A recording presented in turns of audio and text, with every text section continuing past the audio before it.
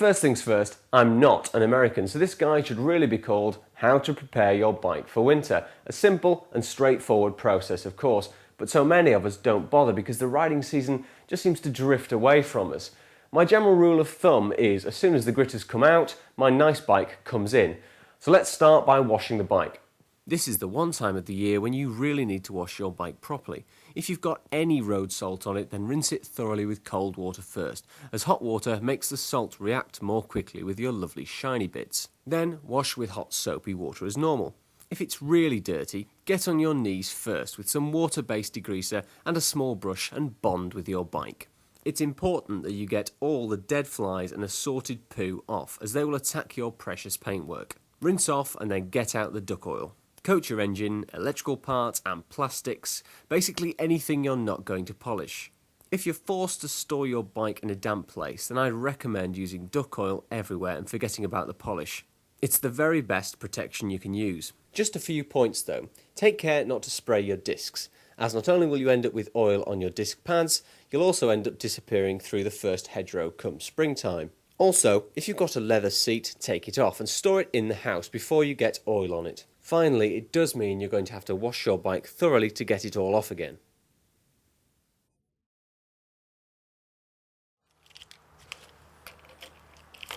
Now fill your tank up with fresh fuel, leaving just a little space at the top. Thanks to the marching feet of progress, modern unleaded doesn't last like petrol used to. I've stripped too many carbs with what can only be described as household gloss in them, thanks to being stored badly, which is why the next and most important part of this process is the fuel stabiliser, not to be confused with the likes of octane booster. This is specifically designed to slow down the oxidisation process and stop the petrol in your tank and carbs turning back into crude oil.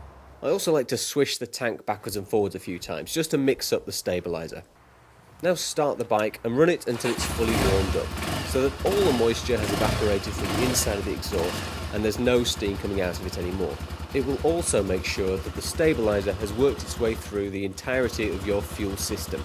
Then, if you have one, turn off the fuel tap and leave the bike running until all the petrol in the carbs has been used up and the bike stalls. If you've got fuel injection or your fuel tap doesn't have an off position, then just switch the bike off.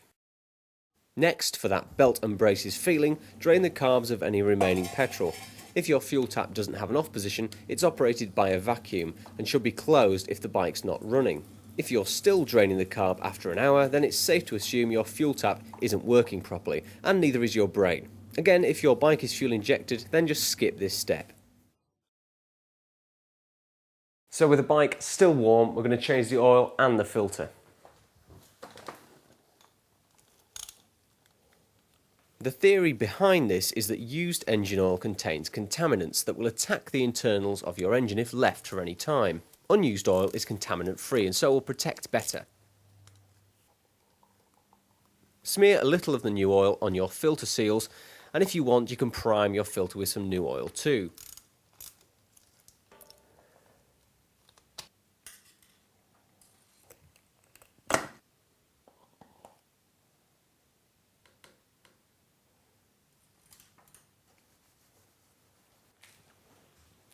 Now, it's really important that you don't run your engine again until spring, because that's just going to contaminate your engine oil all over again.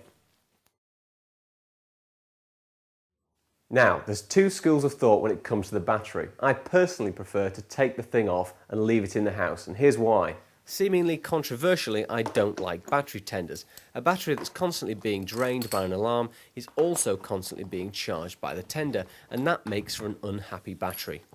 If you've got no choice, then fair enough. It's just everyone I know who uses them swears by them, but then adds that they have to replace the battery each year.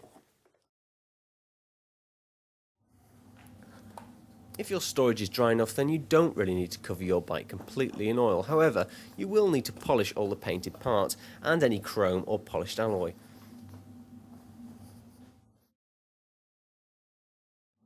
I always like to adjust, clean and lube the chain before winter so that it's ready come springtime. You'll need to lubricate with a good heavy wax rather than any dry lube, as that doesn't keep the moisture out. You should really do this when the chain is warm, but I'm doing this to keep corrosion at bay rather than lubricating the chain, which is why I'm lubing the outside. Make sure both tyres are at the right pressures and raise them off the ground if you can. Use a paddock or your centre stand, whatever you've got access to. If you can't, then roll the bike onto cardboard or wood to keep the tyres from getting too cold, and make sure you roll the bike around once every few weeks, and don't leave the tyres in the same position each time. Better than any alarm is a good, high quality, hefty chain and lock through an even chunkier ground anchor. Always make sure you thread the chain through your frame or swinging arm rather than a wheel that could be removed all too easily. Try to stop the chain hanging on the ground and allowing would-be thieves to attack it more easily. Finally, cover your bike with a cotton cloth if your storage is dry enough, or better still, an old hollow fibre duvet or two to give it a little padding. This is going to allow the bike to breathe more easily. If your storage is very damp, then use a proper waterproof cover, but only when you must. As for storage, remember ventilation is more important than heat. A cold, dry space will do less damage than a warm, wet one. That's it. You can now tuck your baby up until next year when the sun starts to warm your back and those nice people from the council stop gritting our roads.